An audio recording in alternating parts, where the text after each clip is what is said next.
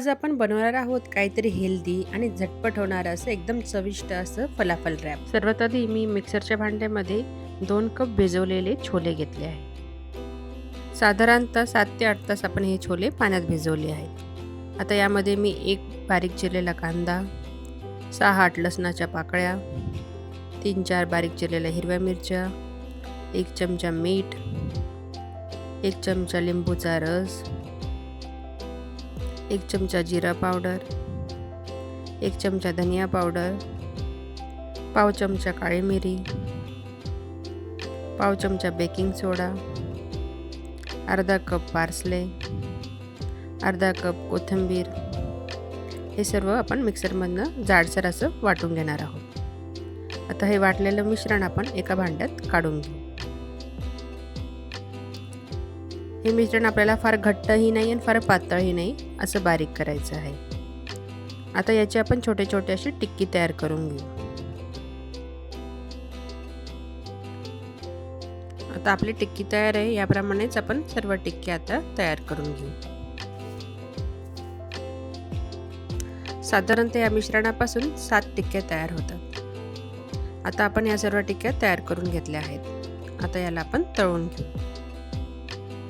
आता कढईमध्ये मी तळण्यासाठी तेल टाकून घेत आहे। तेल चांगलं गरम झाल्यानंतर आता ह्या टिक्क्या आपण एक एक करत या तेलामध्ये सोडू। या टिक्कीला आपल्याला मीडियम फ्लेमवरच तळायचं आहे, म्हणजे ते आतमध्ये कच्च्या राहणार नाही। छान खरपूस होईपर्यंत याला आपल्याला छान तळून घ्यायचं आहे। बघा किती छान आता आपल्या ह्या टिक्क्या तळून झाल्या आहेत। आता याला आपण तेलामधनं काढून घेऊ। या पद्धतीनेच आपण बाकीच्या टिक्क्या पण तळून घेणार आहोत। तुम्हाला जर वेळ नसेल तर तुम्ही या टिक्क्या पहिल्या करून फ्रीजमध्ये ठेवल्या तरी चालतील।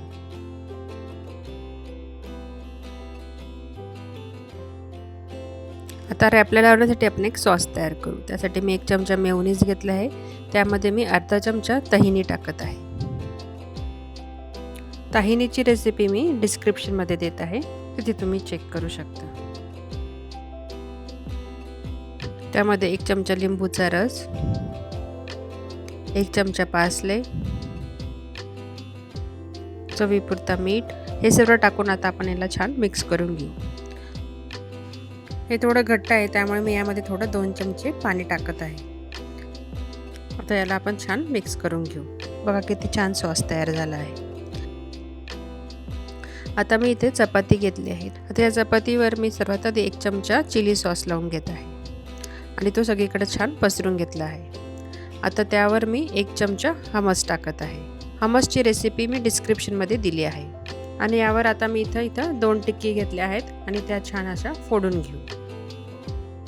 आपण जो सॉस तयार केला आहे तो याच्यावर छान टाकून घेऊ।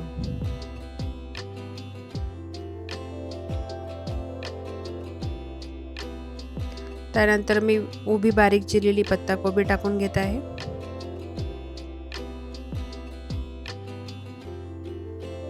उभा बारीक चिरलेला गाजर, उभं बारीक चिरलेले टोमॅटो,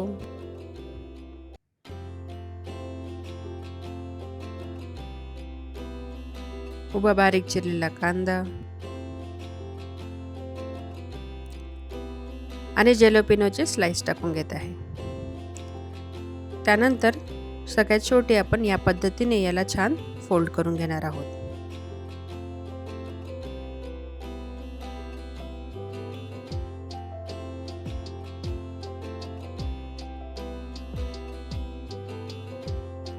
आहे ना सोपी रेसिपी।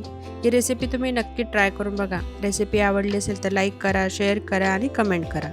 चॅनलला सबस्क्राईब केलं नसेल तर नक्की सबस्क्राईब करा। तोपर्यंत खात राहा, मस्त राहा, स्वस्त राहा। थँक्यू।